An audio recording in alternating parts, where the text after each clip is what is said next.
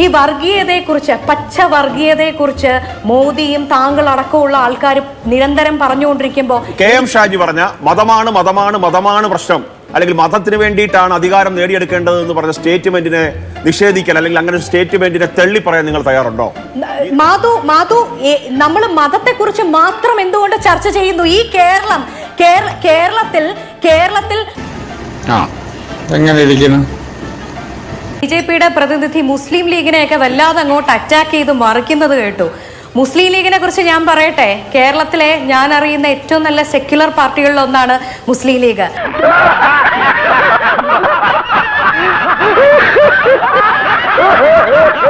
ഈ വർഗീയതയെക്കുറിച്ച്, പച്ച വർഗീയതയെക്കുറിച്ച് മോദിയും താങ്കൾ അടക്കമുള്ള ആൾക്കാർ നിരന്തരം പറഞ്ഞുകൊണ്ടിരിക്കുമ്പോൾ എനിക്ക് ഓർമ്മിപ്പിക്കാനുള്ളത്, കഴിഞ്ഞ ദിവസം, ചുരുക്കം ദിവസങ്ങൾക്ക് മുമ്പ് ഒഡീഷയിൽ ഒരു വൈദികന്റെ വായിലേക്ക് ചാണകം തിരികെ കയറ്റിയ ഒരു വാർത്ത നമ്മുടെ മാധ്യമങ്ങളിൽ വന്നിട്ടുണ്ടായിരുന്നു. ഈ അറിവ് എവിടുന്ന് കിട്ടി? പത്രത്തിൽ നിന്ന് അടിച്ചു മാറ്റിയതാ. നിങ്ങൾ ജമാഅത്ത് ഇസ്ലാമി നിങ്ങളുടെ ഘടകകക്ഷികൾ എന്ന് പറഞ്ഞു. ജമാഅത്ത് ഇസ്ലാമിയുടെ വോട്ട് വേണ്ട ഞങ്ങൾക്ക് എന്ന് പറയാനുള്ള തന്റെ ഇടം വീണ നേർക്കുണ്ടോ? ഞാൻ വെല്ലുവിളി ചോദിക്കും. പിന്നെ ചൂടാണ്ട് AC ഇല്ല, അത് നിങ്ങൾക്കുണ്ടോ തന്റെ ഇടം? മുസ്ലിം ലീഗിനെ പറ്റി പറഞ്ഞു. KM ഷാജി പറഞ്ഞ മതമാണ് പ്രശ്നം, അല്ലെങ്കിൽ മതത്തിന് വേണ്ടിയിട്ടാണ് അധികാരം നേടിയെടുക്കേണ്ടത് എന്ന് പറഞ്ഞ സ്റ്റേറ്റ്മെന്റിനെ നിഷേധിക്കൽ, അല്ലെങ്കിൽ അങ്ങനെ സ്റ്റേറ്റ്മെന്റിനെ തള്ളി പറയാൻ നിങ്ങൾ തയ്യാറുണ്ടോ? ഈ രണ്ട് ചോദ്യങ്ങൾക്കുള്ള ഉത്തരം അങ്ങ് പറയാൻ തയ്യാറായാൽ ബാക്കിയുള്ള മറുപടി ഞാൻ പറയാം.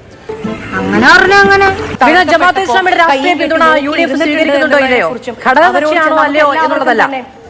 ജമാഅത്തെ ഇസ്ലാമിയുടെ രാഷ്ട്രീയ പിന്തുണ UDF സ്വീകരിക്കുന്നുണ്ടോ ഇല്ലയോ? നോക്കൂ മാധു, ജമാഅത്തെ ഇസ്ലാമിയുമായിട്ട് ബന്ധപ്പെട്ട ചോദ്യത്തിന് ഞാൻ കൃത്യമായി ഉത്തരം പറഞ്ഞു. നമ്മുടെ ഘടകകക്ഷി അല്ല.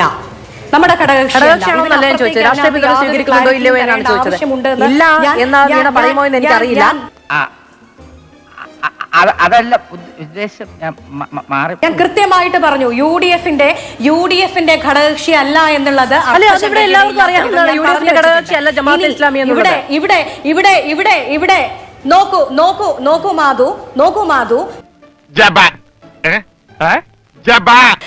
മാത്രമല്ല കോൺഗ്രസ് ഒരു വർഗീയ ശക്തികളുടെയും വോട്ട് വേണ്ട എന്ന് അസന്നിഗ്ധമായി പ്രഖ്യാപിച്ചിട്ടുള്ള പാർട്ടിയാണ് ഇന്ത്യൻ നാഷണൽ കോൺഗ്രസ്. അത് ഞങ്ങളുടെ നേതാക്കന്മാർ തന്നെ കേരളത്തിന്റെ പൊതുസമൂഹത്തോട് വിളിച്ച് പറഞ്ഞിട്ടുള്ളതുമാണ്. യാതൊരു അർത്ഥശങ്കയ്ക്കും ഇടയില്ലാത്ത വിധം.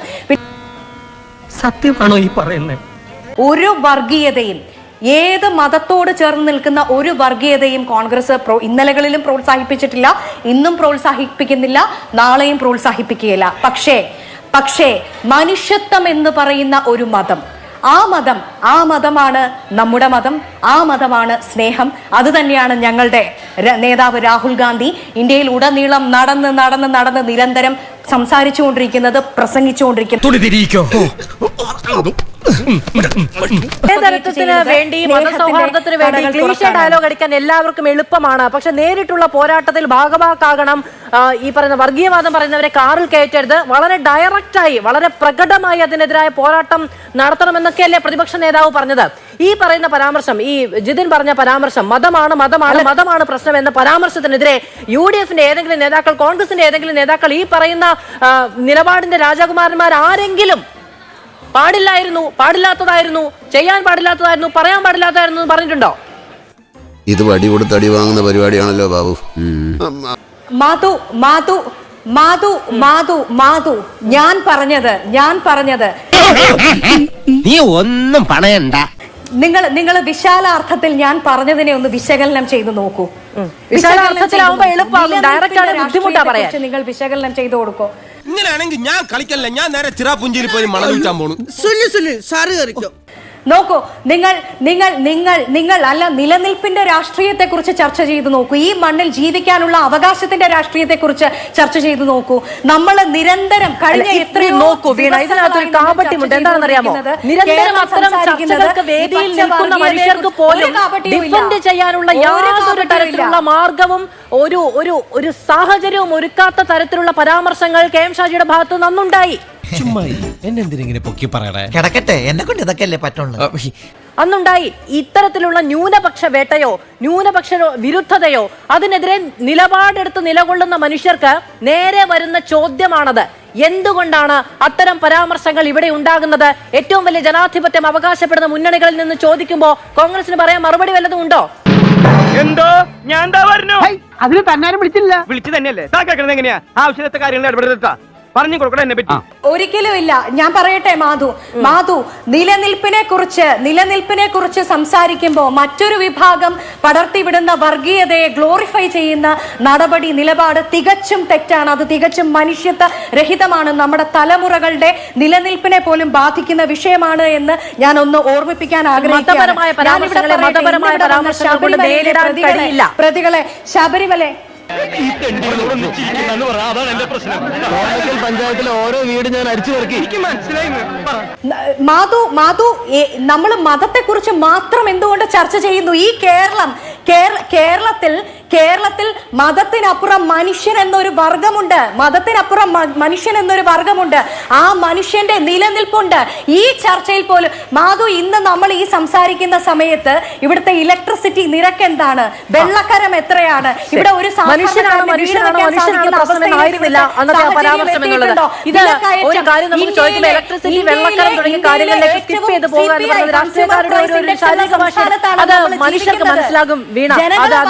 ഒരു വിഷയങ്ങളെ കുറിച്ചും ചർച്ച ചെയ്യാതെ ഒരു വിഷയങ്ങളെ കുറിച്ചും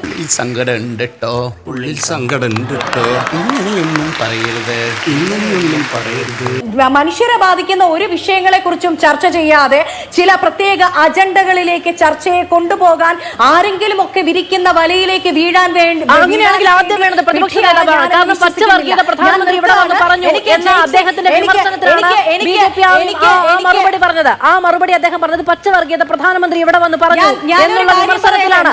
അപ്പോൾ സ്വാഭാവികമായും ഒറ്റ സെക്കൻഡ് ഒന്നും മിണ്ടാതിരിക്കോ, എന്റെ കോൺസെൻട്രേഷൻ പോണു. ആയുധം വെച്ചിട്ടുള്ള കളിയാ അറിയോ? ഒറ്റ സെക്കൻഡ് എനിക്കൊരു ചോദ്യം ചോദിക്കാനുണ്ട്. എനിക്ക് ശ്രീ ജെയ്ക്സി തോമസിനോട് ചോദിക്കാനുണ്ട് ഒരു ചോദ്യം. അതായത് ഇന്നലെ നടന്ന നയപ്രഖ്യാപന പ്രസംഗത്തിൽ 5600 കോടി രൂപ കേന്ദ്രത്തിൽ നിന്ന് കിട്ടാനുണ്ടെന്നാണ് പറയുന്നത്, മനസ്സിലാക്കാൻ സാധിച്ചത്. ആകെ 17,000 കോടിയുണ്ട് എന്ന് പറയുന്നു. 2024 തെരഞ്ഞെടുപ്പിനോടനുബന്ധിച്ച് നമ്മൾ ശ്രദ്ധിച്ചാൽ അറിയാം ഏകദേശം 53,000 കോടി കേന്ദ്രത്തിൽ നിന്ന് കിട്ടാനുണ്ട് എന്നാണ് പറഞ്ഞു നടന്നിരുന്നത്. അങ്ങനെയെങ്കിൽ ഏകദേശം 45,000 കോടി രൂപയോളം നമുക്ക് കിട്ടിക്കഴിഞ്ഞിട്ടുണ്ട് എന്നാണല്ലോ അനുമാനിക്കേണ്ടത്. ആ പൈസ കിട്ടിയിട്ടുണ്ടോ?